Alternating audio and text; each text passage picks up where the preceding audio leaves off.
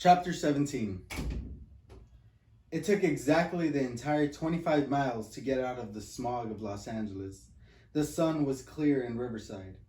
I exulted to see a beautiful dry river bottom with white sand and just a trickle river in the middle as we rolled over the bridge onto Riverside.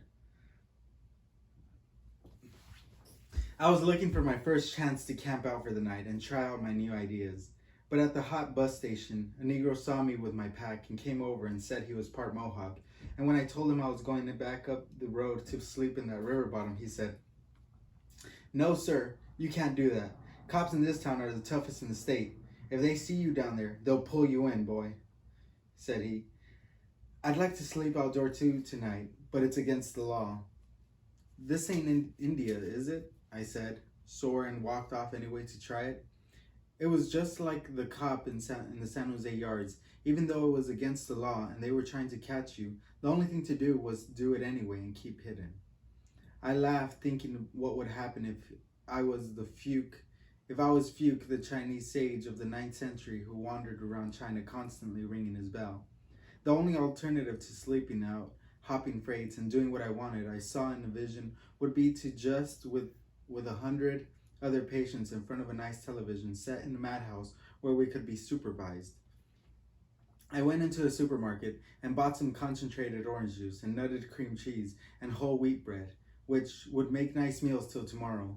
When I'd hitchhike on through the other side of town, I saw many cop cruising cars, and they were looking at me suspiciously. Sleek, well-paid cops in brand new cars with all that expensive radio equipment to see that no bhikkhu slept in his grove tonight.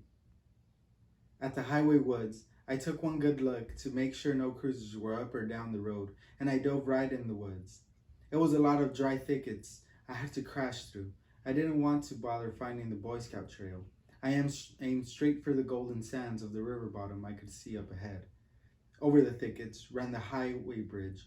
No one could see me unless they stopped and got out to stare down. Like a criminal, I crashed through bright brittle thickets and came out sweating and stomped ankle deep in streams. And then when I found a nice opening in a kind of bamboo grove, I hesitated to light a fire till dusk when no one would see my small smoke and make sure to keep it low embers. I spread my poncho and sleeping bag out on some dry rackety grove bottom leaves and bamboo split joints. Yellow aspens filled the afternoon air with gold smoke and made my eyes quiver. It was a nice spot, except for the roar of trucks on the river bridge. My head cold and sinus were bad, and I stood on my head 5 minutes. I laughed. What would people think if they saw me? But it wasn't funny. I felt rather sad. In fact, real sad. Like the night before in that horrible fog wire fence country in industrial LA, when in fact I'd cried a little. After all, a homeless man has reason to cry. Everything in the world is pointed against him. It got dark.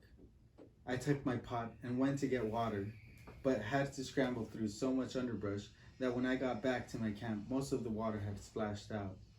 I mixed it in my new plastic shaker with orange juice concentrate and shook up an ice-cold orange. Then I spread nutted cream cheese on the whole wheat bread and ate content.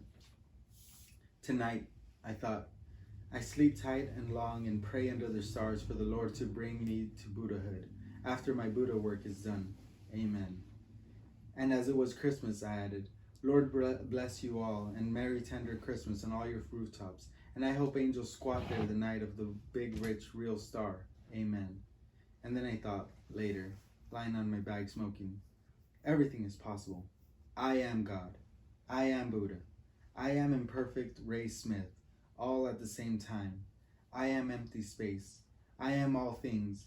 I have all the time in the world from life to life, and do what is to do what is done, to do the timeless doing, infinitely perfect within. Why cry? Why worry? Perfect, like-mind essence, the minds of banana peels.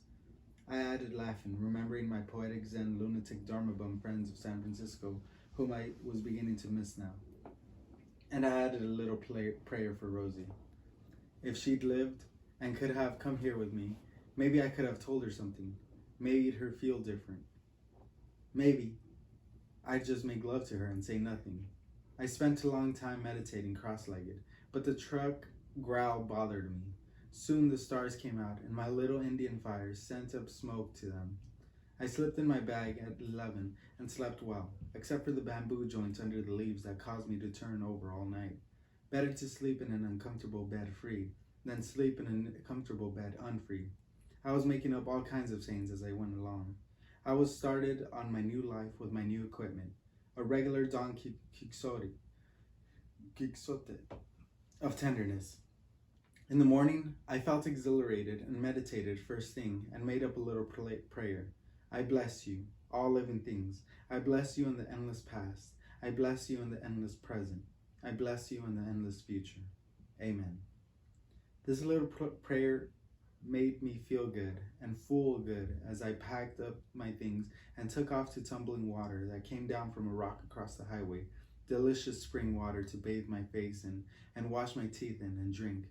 Then I was ready for the 3,000-mile hitchhike to Rocky Mount, North Carolina, where my mother was waiting, probably washing dishes in her dear, pitiful kitchen.